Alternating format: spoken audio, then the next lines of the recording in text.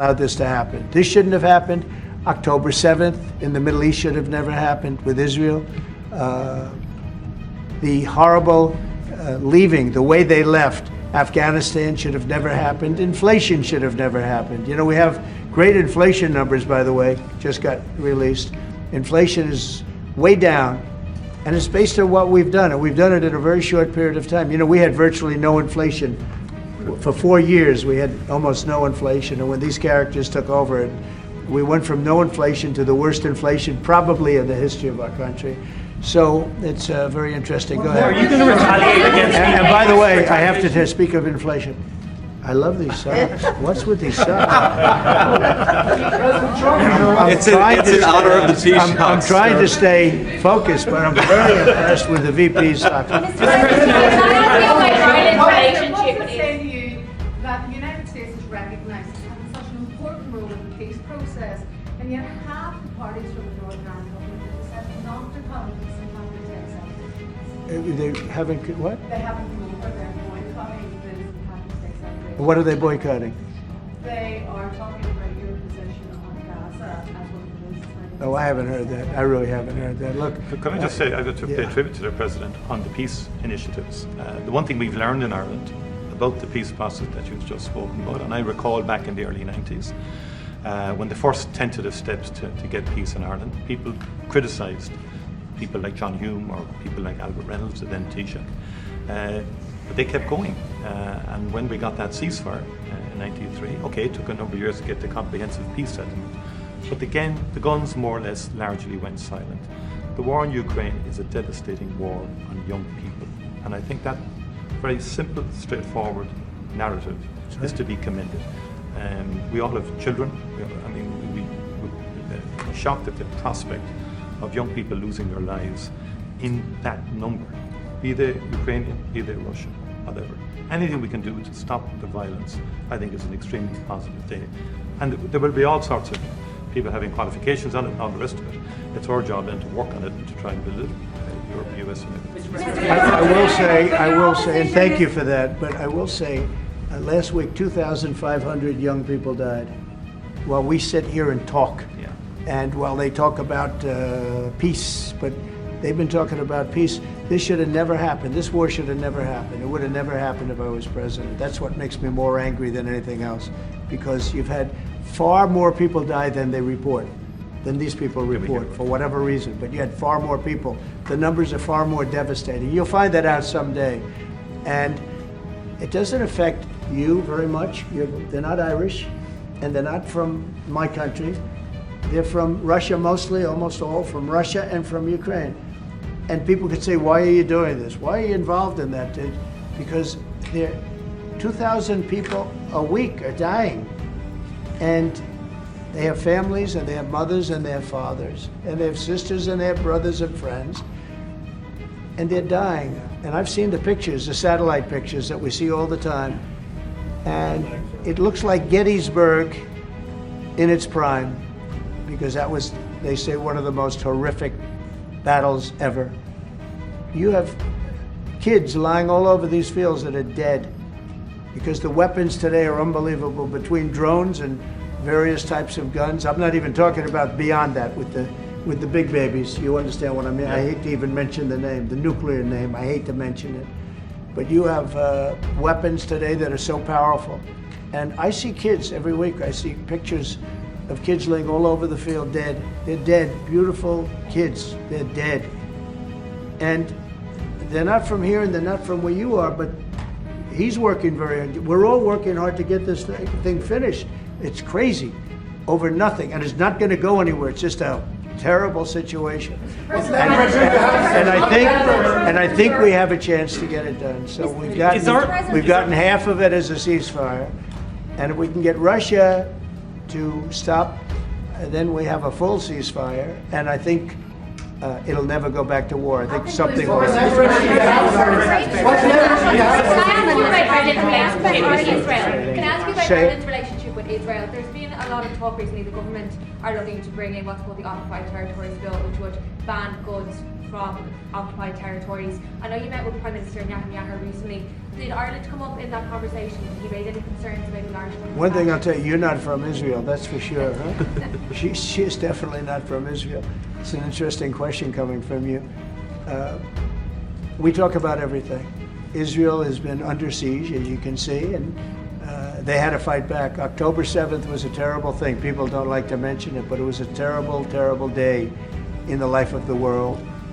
And it's amazing the way people don't mention that, but it was, I've never seen anything like it. Those are other clips I get to see. You know, as president, you get to see clips that you'd rather not see, but I see clips, and that was a terrible day for the world. And we're working hard with Israel. We're working hard to see if we can solve the problem. I will say I just saw 10 hostages and they were treated really badly. They were really treated badly. I was shocked. I asked them, was there any kindness shown? They were in there. One was in there for 500 days. One was 323 days. I said, was there any, 10 of them. I said, was there any kindness displayed? Like, did they ever, like, say, don't worry, you'll be okay? Or give you a little wink, or give you like an extra slice of bread or something? And everybody said, all of these people said, zero. It was hatred, it was pure hatred. So, I mean, that's a very deep-seated problem. Could you give the Taoiseach some advice? Could you give the Taoiseach some advice? Ireland is in the midst of a housing crisis now, and I know you have a lot of experience as a businessman. How can the state build tens of thousands of houses at speed? You know why they have a housing crisis? Because they're doing so well. They can't produce houses fast enough. That's a good problem, not a bad problem. That's a pretty good answer, President. No, it's true. Will you put more tariffs on the EU, Mr. President? Mr. President, will you? Everybody should have that problem. That's okay. Will you put more tariffs on the EU? I know this gentleman. He'll get it solved. Will you put more tariffs on the EU? Will you respond to their retaliation? Oh, of course I'm going to respond. You will retaliate The problem with more is tariffs. our country didn't respond. Look, the EU was set up in order to take advantage of the United States. Including Ireland? Is Ireland taking advantage of the US? Of course they are. I can't, you know, I have great respect for Ireland and what they did. And they should have done just what they did. But the United States shouldn't have let it happen. We had stupid leaders. We had leaders that didn't have a clue. Or let's say they weren't business people, but they didn't have a clue what was happening. And all of a sudden, Ireland has, you know, our pharmaceutical companies and other, this beautiful island of 5 million people. It's got the entire, do this because somebody had to straighten it out, and I didn't see anybody that was going to. I looked at trade deals that were so bad, I'd actually say, how is it possible that this could have happened? Who would have been so stupid to let these deals happen? For instance, when the pharmaceutical companies started to go to Ireland, I would have said, that's okay if you want to go to Ireland, I think it's great, but if you want to sell anything into the United States, I'm going to put a 200% tariff on you, so you're never going to be able to sell anything into the United States. You know what they would have done? They would have stayed here. So do you want to lower corporate taxes to match? He's so lucky that I wasn't. Are you planning to lower corporate taxes to match Ireland? Well, we are planning to lower taxes, yeah, if the Democrats behave, but the Democrats have no clue. You saw that the other night during the speech. 2 young women were slaughtered by illegal aliens. 1 young man has very serious cancer and many other problems. We look at the people up there, they all had difficulty, very serious difficulty. But when we're talking about 2 young girls, beautiful young girls, Lake and Riley, you know, you know the whole story. That evening was a disaster for the Democrats, in my opinion. And I would mention, and I'd see 2 mothers that were inconsolable as they stood, crying. Their daughters have been absolutely just destroyed, killed, viciously killed. And the young man who loves the police departments, he had cancer and has cancer, very bad cancer. There wasn't from people sitting there, Democrats, there wasn't a hand clap, nobody stood, they were just stone-faced.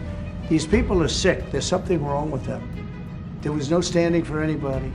The only thing they liked is when they heard about the death taking place with Ukraine. They were happy about that. They were happy about that. Pocahontas was very happy. She's the one that was slapped. That's why I looked at her. I said, oh, it's Pocahontas. These people are sick. They don't know what's happening in the real world. The Democrats have to get their act together. And if they don't vote, then what you're going to do is you're going to have taxes that are going to go through the roof. You're going to have a very bad time. You're going to have some very bad things happen. And people are going to blame the Democrats. And Schumer is a Palestinian as far as I'm concerned. You know, he's become a Palestinian. He used to be Jewish. He's not Jewish anymore. He's a Palestinian. Okay. On tax tariffs, there's been a lot of on and off, some inconsistency. There's no inconsistency, only with NBC, which is one of the worst networks on television, by the way. Let me just tell you the inconsistency. I have the right to adjust. And I was called by the automakers, as an example, General Motors, Ford, etc., the big three, the big four, and they asked me to do them a favor. Could I delay it for a period of 4 weeks so that they're not driven into a little bit of a disaster for them? They actually love what I'm doing, but they had a problem. And I'm not like a block that just, I won't delay. It's called flexibility. It's not called inconsistency. It's called flexibility. And I think you want me to be flexible too. Is flexibility going to be your ongoing view towards? Sure, I'll always have flexibility, but there will be very little flexibility once we start. April 2nd is going to be a very big day for the United States of America. The United States of America is going to take back a lot of what was stolen from it by other countries and by, frankly, incompetent U.S. leadership, grossly incompetent. I gave you an example of Ireland. I would have never let that happen. Impossible for that to have happened. But we're going to take back our wealth, and we're going to take back a lot of the companies that left are coming back. If you haven't read, we have the biggest computer chip company ever, has virtually all of the market. I didn't call them, they called me. And they called for two reasons. Number one, we had a great election of somebody that they want running the country. And we won in a big mandate. We won every swing state. We won by millions of votes. We won by 2,750 districts to 500. Think of that, 2,750 districts to 500. That's why the map, when you looked at it, was entirely red, meaning Republican. Not meaning communist. Meaning So anyway, look, this country needed somebody to defend it. It's this big, beautiful place that was being ripped off by illegal immigrants coming in from prisons, coming in from mental institutions, gang members, gang leaders, drug dealers, pouring into our country with the open borders. I am so angry at the last 4 years at what they've done to our country, what they've done to this country between inflation, but maybe the most that bothers me is that they would allow millions of people to come into our country that are stone cold murderers, killers, drug dealers, the worst gang members, the worst people allowed into our country, and we're now getting them out. We're going to get them out. We're getting them out. I want to thank Tom Homan, by the way. He's doing a great job. And I want to thank Christy Noem, who's doing a fantastic job. This is a job that's so unnecessary. This should have never happened. This should have never happened. So we're bringing back our country in many ways, not only financially, and financially we'll be stronger than ever before. I think the markets are going to soar when they see what's happening. I'll tell you what, I'm called every day by numerous big companies. I spoke at the Business Roundtable yesterday. They had the largest attendance they've ever had. And these are only the CEOs and chairmen, but mostly the people that run, the boss, the people that run the top 150 companies. 150 people showed up. Every single company showed up. First time it ever happened. It's been around a long time. The biggest business leaders. We had a great discussion. Went really well. And I want to tell you, there's tremendous optimism out there about our country in terms of regulations being cut, in terms of taxes being cut. And it would be great if the Democrats would do what's right. It would be great if the Democrats would do what's right for our country for a change, because they really are there. They've lost their way. They've lost their way. They think that people pouring into our country from prisons, jails, murderers. We have 11,088 murderers that were allowed into. People that murdered people, half of which murdered more than one person in our country. We're getting them the hell out. But who would allow this to happen? Who would allow men to play in women's sports? And they're still fighting it. It's got to be a 95% issue. But they're on television this morning. I see this person, a Democrat, say, we should have the right. No. Men should not be, they're hurting women. They're hurting women very badly. They're hurting women. And they should not, and they're also demeaning women. But who would want these things? And everything's transgender. Everybody transgender. That's all you hear about. Now, that's why we won the election in record numbers. But very importantly, now it is what it is. The Democrats should get with us and come up with good tax policy so that Ireland and other countries can't take our businesses away from us. And he understands exactly. You guys did the right thing. I'm not upset with you. I think I respect what you've done. You've done a great job. But our people did a very bad job. How advanced are your plans to try and bring some of those companies back to America? Will you be briefing? Well, I'd love to have him back. I'd love to have him back, but he'll be fighting me on it. What I would say, President, if I could 1 second, just make the point. It's a two-way street too. We are investing a lot more in America now, and people may not realise, but Ryanair, one of our biggest airlines, for example, I'll trade. AirCap, I'll trade. they buy more. The two of them together buy more Boeing airplanes than anybody else outside of America.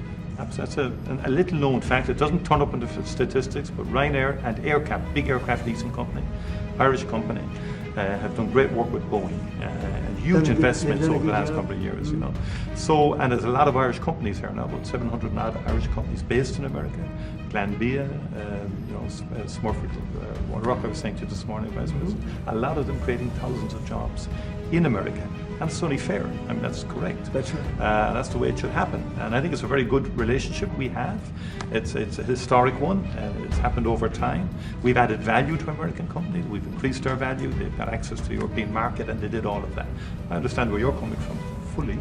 But I think it's a relationship that we can develop and that will endure into the future, and will change, it will adapt, and you're evolving and you're doing things. And they've done a very good job. Now, I just will say this, but with all that we've said, we can talk about Ryanair. There's a massive deficit.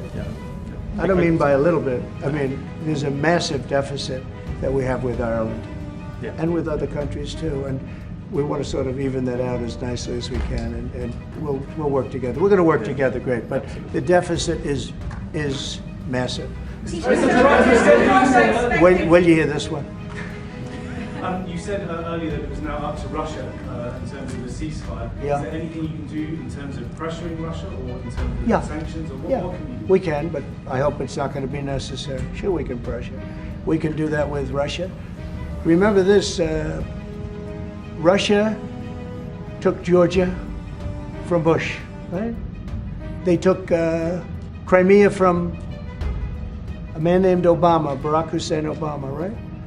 They tried to take the whole thing from Biden. They're going for the whole ball of wax. Who was the only one that never took anything from? Trump. And in fact, I'm the one that stopped Nord Stream 2, the pipeline, the biggest pipeline anywhere in the world. I stopped it. It was dead. And then Biden got in and he approved it. Nobody mentions that. What I did to Russia was very tough. I was the toughest ever. But nope, they never took anything from me. They took them from Obama and Bush, and they took it from Sleepy Joe Biden. With Biden, they wanted to take the whole country, but I think I've stopped that, but we'll see. But yeah, there are things you could do that wouldn't be pleasant in a financial sense. I can do things financially that would be very bad for Russia. I don't want to do that because I want to get peace. I want to see peace, and we'll see. But in a financial sense, yeah, we could do things very bad for Russia. It would be devastating for Russia, but I don't want to do that because I want to see peace. And we're getting close to maybe getting something done. We've got Ukraine done, and as you know, I've always said that Ukraine might have been the more difficult party. You were here a week ago when some interesting things happened. I had somebody that didn't seem to want peace. Now he's agreed to peace. So we'll see what happens. Brian? Yes, thanks.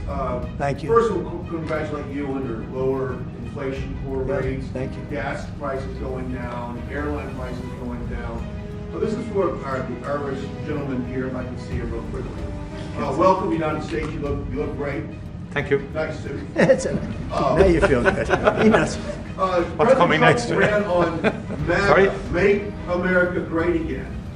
If you could run on MEGA, Make Ireland Great Again, what would your number one issue be for people in Ireland right now to make your country stronger? And I've got a two-part question to that as well. Yeah. The number one issue in Ireland is housing, to be honest, and I think it was correctly pointed out. We've got to build more houses. We've got to build them faster to give the young people of Ireland an opportunity to afford to buy a house or to afford to rent a house. We have a lot of other good things happening. That's my number one priority. Wonderful. Are you trying to And my service second the part question to this, Ireland is known for very happy, fun-loving people, great attitude, any in this room right now that I've met. Why in the world would you let Rosie O'Donnell move to Ireland? I think she's going to lower your happiness level. That's true. Thank you. I like that question. Mr. Do you know you have Rosie President, O'Donnell? Do you know who she is? expecting- Do you know who she is? Yeah. I'm joking. You're better off Fully, you're joking. You're better off not knowing. Prime Minister, are you expecting to inform the President your views on Gaza, considering that you have diametrically opposed positions on the state of Palestine? Your country is one of 3 in Europe that recognizes the state of Palestine. Are you expecting to discuss this with the President? Are you expecting to inform him? I don't have to inform the President. He's very well clued into to the whole situation. We shared the President's, again, unrelenting focus on peace. And he's envoying the President himself, as soon as he came into office, went to get a ceasefire. We've been calling for a ceasefire for a long time. We want to consolidate the peace. That is our fundamental aim. We want the hostages out. I've been saying it from day one. It's a horrific thing to do to take someone as a hostage. And I went to Kibbutz Be'eri after October the 7th in solidarity with Israel, and that gets forgotten. And I went a week or two afterwards. I saw the kibbutz. It was a shocking thing to see, even though it was a week or two after the horror. It was a village. You could see life going on prior to the attack. It was something that will not leave me. And I've been interested in the Middle East for a long, long time. It's complex, and it's all of that. But we do desperately need hostages out, all of them. It's far too long. Let me finish. And then we need a ceasefire. We need to consolidate that. We need a surge of humanitarian aid into Gaza. Because again, there's too many children and too many people starving. That's not just too many. And it's that humanitarian impulse is what motivates the Irish in respect of its views. And I've always been of the view, it's been our view that a two-state solution would be ideal. It's become much more challenging and difficult as time's moved on. But that has always been our position. But it's genuinely to have people, because we've gone through this, we've discussed this prior to you coming in. We've been through some of this. People hating each other, terrible acts of violence carried out on each other. We came through it. It's our earnest hope that Arab and Jewish people can live side by side. And I've met with people, parents of children who were killed on both sides, called Parent Circle in Israel, and they work to try and bring people together. It's difficult work. What about the President's plans to expel Palestinians out of Gaza? Are you discussing that with him and giving him your... Nobody's expelling any Palestinians. I don't know. Who are you with? I'm with West America, sir. Oh, no wonder. Okay, Voice of Taoiseach, can you express to Taoiseach how he feels about the President just saying that he would like to take back US companies, pharma companies based in Ireland? Well, I think the pharmaceutical companies in Ireland are doing very well, as the President has outlined. Again, I think it's about that two-way partnership. I understand fully where the President is coming from. I think there's actually room, now we can discuss all this, I think there's room for those companies to grow in America, and many of them, by the way, have already announced fairly significant manufacturing investments now. It's true, just recently. Like people like Eli Lilly, for example, who have been a long-standing presence in Ireland since the 1970s. I spoke to the CEO recently. He's great. A great guy. And he's announced, I think, about a $50 billion investment in America. New plans. But there's big investment, they've had big investment in Ireland. Ireland has served them well too, The workforce is very strong. It's an educated workforce. They've delivered well. During COVID-19, a number of CEOs said to me, a lot of the plants in Ireland were the only plants that never closed for a single day during COVID. Not a single day. Productivity is good and so on like that. But look, there be swings around. Mr. President, thank you so much. You spoke to Vladimir Putin for quite a while. Yes. So I want to know your assessment. when you take this deal to him, how do you assess the chances of? I have no assessment, and I don't go by chances. I think it makes sense for Russia, a lot of downside for Russia too. And we have a very complex situation solved on one side, pretty much solved. We've also discussed land and other things that go with it. We're not just doing it and saying ceasefire. We don't know what's happening. We know the areas of land we're talking about, whether it's pulled back or not pulled back. We've discussed a lot of the details of what has to go because we don't want to be wasting time. We don't want to be wasting time while people are dying. I mean, as we're sitting here, you probably had 2 people die on that very open field. It's dead flat. It's great farmland, and it's dead flat. There's no protection. The only thing that stops a bullet is a human body. And these are bodies that are young people, and they're stopping a lot of bullets because a lot of bullets are flying across those level fields. Dead flat, no protection whatsoever. It is a disaster. And so I hope he's going to have a ceasefire. You are using the American leverage to get a lot of political issues. Well, I don't want to get into that, but if I had to, I'm the only one that's dealt with them successfully. Everyone else, I went through it. Bush didn't deal with them successfully, dealt with them terribly, got ripped off. And Obama was a disaster. They have with Obama, he gave them sheets, and I gave them anti-tank missiles. You know that, right? It's called Javelin. You know the Javelin? I'm the one that gave them the Javelins. People don't say that. And then they say, oh, Trump has a great relationship with Russia. I'm the one that gave him the Javelins. Obama gave him sheets. That's an expression. He gave sheets, I gave Javelins. So, Mr. President, I'm worried to the undocumented Irish people about your administration.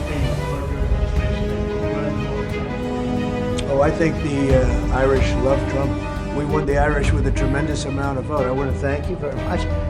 We won in the 80s with Irish. I got the Irish vote. I think I have it locked up pretty good unless I did something very stupid, like drained your company, your wonderful place of all of its companies.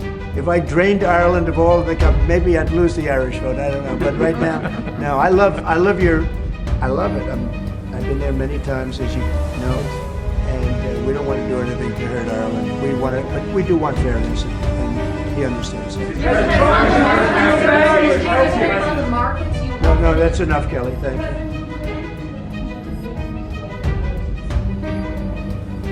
Okay.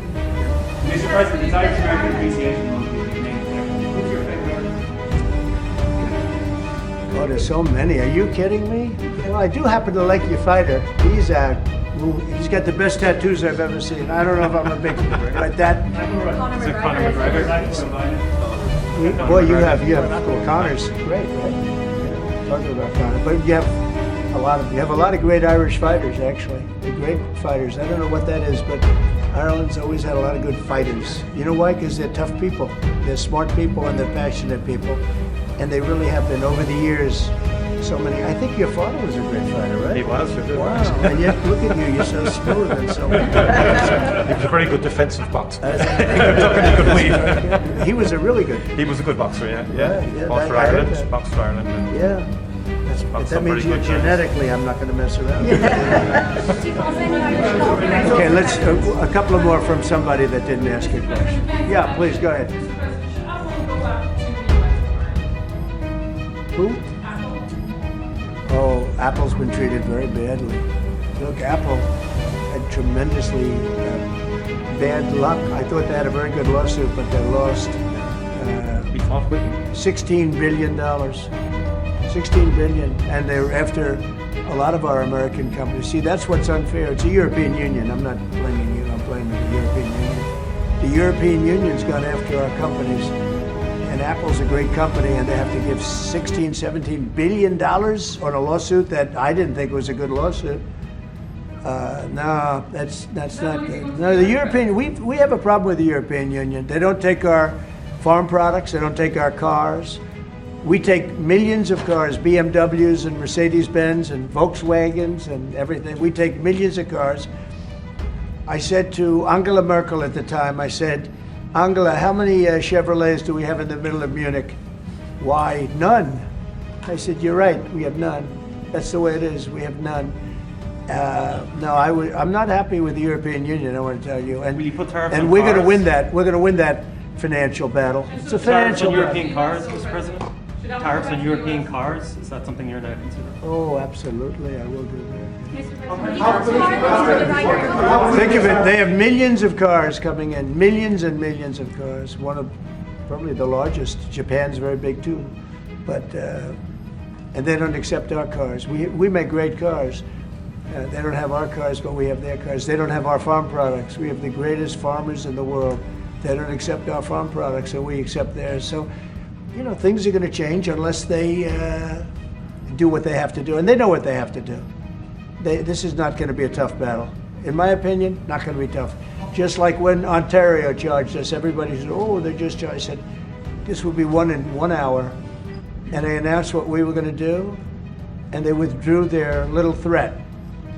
And what they don't say in Canada is that 270%, have you ever heard that? We have tariffs on dairy products from Canada of 270%, going up to 400%. You never hear that. Canada's absolutely one of the worst. And we, when I say worst in terms of charging tariffs.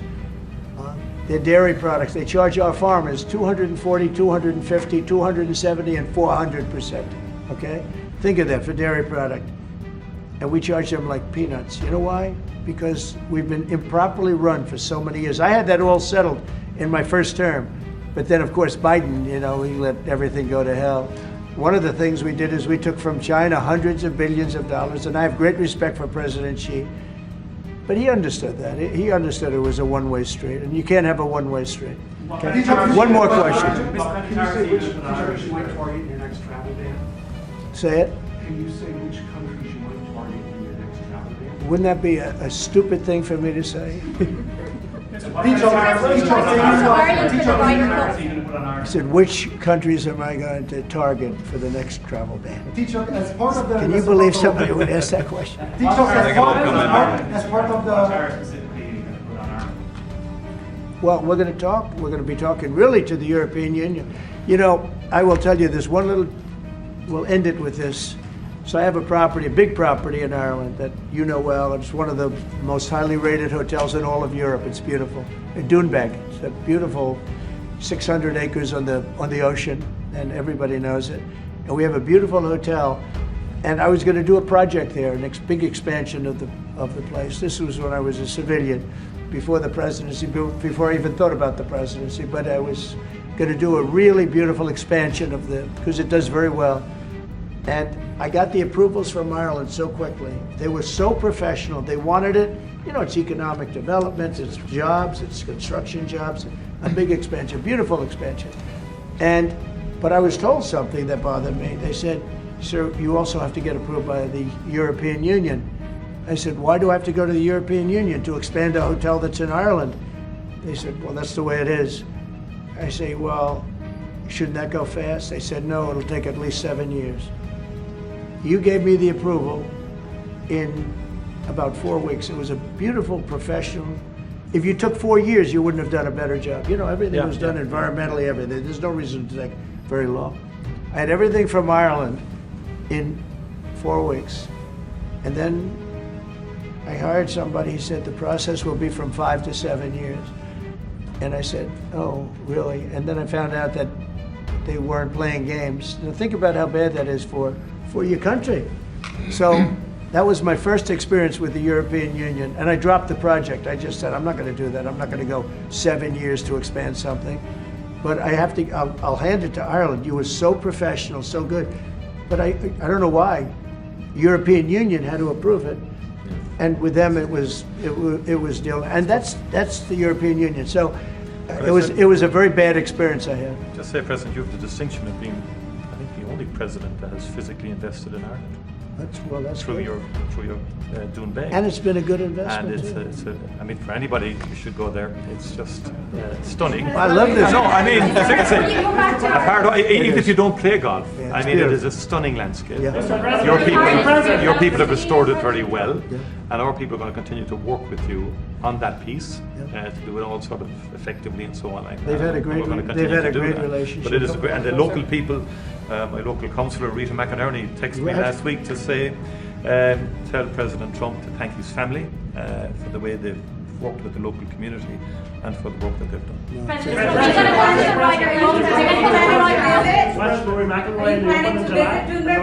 I love Rory. I think Rory's great. He's a great golfer. He just won 2 weeks ago. He's a great guy. I played golf with him 3 weeks ago, and he's really a fantastic player. He's in good form too. When he played with me, he played very well, I can tell you. No, Rory certainly is one of the favorites. He's always going to be one of. He's a very talented guy. He's a very good person too. Are you planning to visit Cuba, Mr. President? I will. I'll get there sometime. I hope soon. In fact, if we meet, we'll meet at Doonbeg. Okay, I would love it. But I hope to be able to get there. Mr. President, does America have a future in NATO? What's it? Does America have a future in NATO? Well, NATO has to treat us fairly. If they pay their bills and if they do what they're supposed to do. When I first got involved with NATO, as you know, they weren't paying their bills. There were 28 countries and most of them weren't paying. And I got them to pay. And they paid billions and billions of dollars. I made a certain statement that I'm not going to be involved with NATO unless you're going to pay your bills. And I was asked a question, if we don't pay, are you going to help us? I said, no, if you don't pay, you're saying you're delinquent. A real estate term. You're delinquent. You're not paying your rent. You're not paying your bills. If you're not paying your bills, I'm not going to help. And everybody we took in, your Secretary General will tell you, he was very generous to me. He said, I've never seen anything like it. Money came in by the billions and billions and billions of dollars, and NATO became much stronger. Now, NATO's expended a lot of that money in fighting this horrible war. It's too bad they had to do that, but they had the money from me. I was the one that got people to pay. The countries, most of the countries were not paying, or they were paying a very small amount.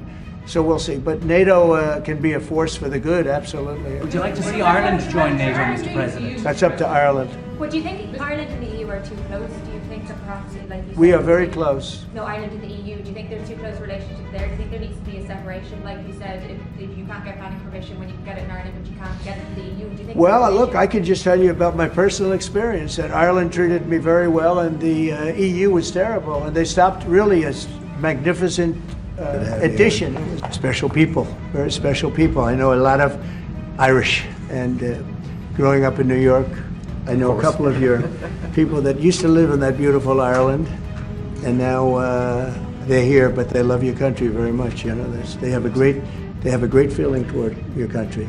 They have, and a lot come back for holidays and they come back. stuff like that. And, They come checking back. out their family, Yeah. ancestry, and things like that. You know. Great, fantastic people. Some go to Doonbeg as well. Yeah. And they we love Doonbeg. I love them. I don't know if I'll ever see it again. Maybe I won't, but We would like I to think come I back and will. see it, yeah. We'll get Yeah. there. We're going to get there. It's a beautiful place, wonderful place. Any questions, please? Mr. President, on tariffs, how far Yeah, please. President Trump, how worried are you about the counter tariffs from the EU, which were announced yesterday? And also, how worried should Ireland be, given the fact that it has a massive trade surplus with the US, over $50 billion? Neil Martin might be quite nervous about what you're going to tell him to do. Well, I don't think he looks nervous to me. And if he was nervous, he wouldn't show it. Now, we do have a massive deficit with Ireland, because Ireland was very smart. They took our pharmaceutical companies away from presidents that didn't know what they were doing. And, you know, it's too bad that happened. It's a tremendous job I give. Look, the Irish are smart. Yes, smart people. And you took our pharmaceutical companies and other companies, but, you know, through taxation and proper taxation, they made it very, very good for companies to move over there. And we had presidents and people that were involved in this that had no idea what they were doing, and they lost big segments of our economy. The European Union treats us very badly. They have for years. I saw that. I had it out with them in my first term. It did well, but we had to solve other problems, and we did. But European Union's been very tough. And it's our turn too, you know, we get a turn at that also, but they have not been fair. They sue our companies and win massive amounts of money. They sued Apple, won $17 billion, and they use that for other reasons, I guess, or to run the European Union. So I'm not knocking it. They're doing what they should be doing, perhaps, for the European Union, but it does create ill will. And as you know, we're going to be doing reciprocal tariffs. So whatever they charge us, we're charging them. Nobody can complain about that. Whatever it is, it doesn't even matter what it is. If they charge us 25 or 20% or 10% or 2% or 200%, then that's what we're charging them. And so I don't know why people get upset about that, because there's nothing more fair than that. And we had a problem with Ontario, and they dropped that when I let them know what we were going to be doing. They dropped it immediately, so I'm glad, because electricity, you shouldn't be playing with electricity. It affects people's lives. Actually their life. I mean, it can affect, depending on weather, it can affect their life, so we can't do that. And it doesn't make sense that our country allows electricity to be made in another country and sold into us.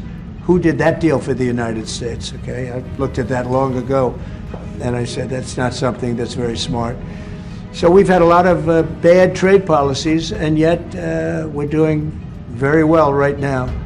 But we're doing well because I won the election. If I didn't win the election, you would have had a very bad period. I think a lot of the stock market going down was because of a really bad 4 years that we had.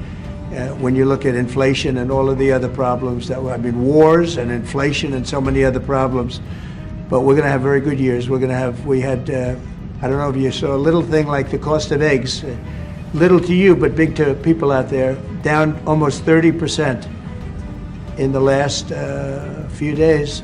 We got it down. We did a lot of things. We have a great Secretary of Agriculture, and we did a lot of things that got the cost of eggs down very substantially. And so many other things. A very big thing that I'm very happy with is oil is down to $65 a barrel. And that's faster than I would have anticipated. We put on the gas, we stepped in the gas in order to get oil, and what's happening. So we're getting that down. And when energy comes down, prices are going to be coming down with it. So in a very short period of time, we've done a very good job. And I think that the tariffs that we're talking about, and again, reciprocal, I think that the tariffs, there are some cases where they're a little beyond reciprocal, because we've been abused for a long time as a country. We have been abused really for a long time, and we will be abused no longer. Okay. Are you going to retaliate to the EU retaliation? Education, sir, would you describe for us, is this meeting your vision by cutting about half the workforce? And what responsibility do you feel to the civil servants who have now lost their jobs? Many of them worked at the Department of Education during the first term. Sure, I do. I feel very badly, but many of them don't work at all. Many of them never showed up to work. Many of them never showed up to work, Kelly, and unfortunately, and that's not good. And when we cut, we go, and that's what I had a number of meetings with a lot of people over the last couple of months. When we cut, we want to cut, but we want to cut the people that aren't working or not doing a good job. We're keeping the best people. And Linda McMahon is a real professional, actually a very sophisticated business person. And she cut a large number, but she kept the best people. And we'll see how it all works out. But our country was run very badly. I mean, whether it was that or contracts that were signed that was so bad, so obviously bad, and I go through them in speeches. I could go through them all day long. I could read for billions and hundreds of billions of dollars, and all of that fat and waste and fraud and abuse is being taken out. But it's incredible what's happened. Now, Department of Education's, maybe more so than any other place, has a lot of people that can be cut. They're, number one, not showing up to work. Number two, they're not doing a good job. And if you take a look at our education process, and if you look at the charts, because they have numerous charts where they do the top 40, we're at number 37, 38, 39, and 40. And recently they hit, during Biden's last few days, they hit last. So they were number 40, and yet we're number one in cost per pupil. So it's pretty bad. For a number But of we have mistakes a dream, and you know what the dream is? We're going to move the Department of Education. We're going to move education into the states, so that the states, instead of bureaucrats working in Washington, so that the states can run education. And you have Norway, you have Denmark, you have Sweden, you have Finland, you have various countries that do very well. You also have China that does very well in education, which is a pretty big tribute to China, I must say. 1.4 billion, and they're in the top 10, and it's pretty amazing. So we can't blame size anymore. You know, normally you'd blame size. It's too big, how can you do it? But China does it. So we think when you move it back to Iowa and Indiana and all the states that run so well, there's so many, I could name 30, maybe almost 40.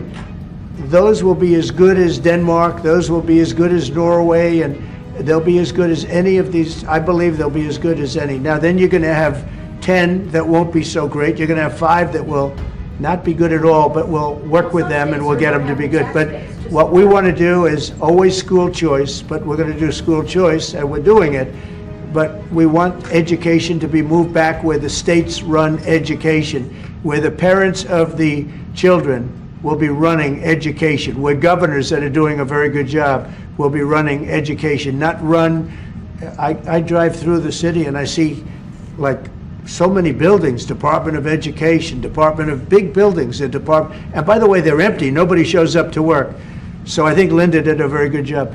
Mr. President, do you have a meeting with Vladimir Putin scheduled or a conversation? What would be your I message to won't him? comment on that, but we had a great success yesterday. We have a full ceasefire. If it kicks in, we have to see. It's up to Russia now. But we've had a good relationship with both parties, actually, and we'll see. We'll be knowing people are going to Russia right now as we speak, and hopefully we can get a ceasefire from Russia. And if we do, I think that would be 80% of the way to getting this horrible bloodbath finished. It's a bloodbath is taking place over there. On average, 2,000 to 3,000 young people a week are being killed in that stupid war that would have never happened if I were president. So we have people going over there. Mr. VP, do you have anything to say about it? Because you're very much involved. What's going to happen? Well, we've got some conversations that are happening on the phone and in person with some of our representatives over the next couple of days. As the president said, we think that we're in a very good place where the Ukrainians have agreed to a ceasefire, and we're now going to see whether we can get the Russians to agree to a ceasefire too, and we'll certainly have news on that when we find out that news. Are you confident that Vladimir Putin will keep the ceasefire, considering that he's broken them in the past? We haven't spoken to him yet with substance, because we just found out and we just were able to get Ukraine to agree. So we're going to know very soon. I've gotten some positive messages, but a positive message means nothing. This is a very serious situation. This is a situation that could lead to World War III. And Biden should have never let it happen. Incompetence allowed this to happen. This shouldn't have happened. October 7th in the Middle East should have never happened with Israel. The horrible leaving, the way they left Afghanistan should have never happened. Inflation should have never happened. You know, we have great inflation numbers, by the way, just got released. Inflation is way down, and it's based on what we've done, and we've done it in a very short period of time. You know, we had virtually no inflation. For 4 years, we had almost no inflation, and when these characters took over, we went from no inflation to the worst inflation probably in the history of our country. So it's very interesting. Go ahead. Are you going to retaliate against me? And by the way, I have to speak of inflation. I love these socks. What's with these socks? It's in honor of the Taoiseach. I'm trying to stay focused, but I'm very impressed with the VP's socks. I want to say to you that the United States is recognised as having such an important role in the peace process, and yet half the parties from the Northern Ireland government have decided not to come to St. Patrick's Day celebrations. They haven't, what? They haven't come over, they're boycotting the St. Patrick's Day celebrations. What are they boycotting? They are talking about your position on Gaza as one of the reasons why they Oh, I haven't heard that. I really haven't heard that. Look. Can I just say, I've got to pay tribute to the President on the peace initiatives. The one thing we've learned in Ireland about the peace process that you've just spoken about, and I recall back in the early 90s, when the first tentative steps to get peace in Ireland, people criticised people like John Hume or people like Albert Reynolds, then Taoiseach. But they kept going. And when we got that ceasefire in 1993, okay, it took a number of years to get the comprehensive peace settlement. But again, the guns more or less largely went silent. The war in Ukraine is a devastating war on young people. And I think that very simple, straightforward narrative is to be commended. We all have children. We would be shocked at the prospect of young people losing their lives in that number. Be they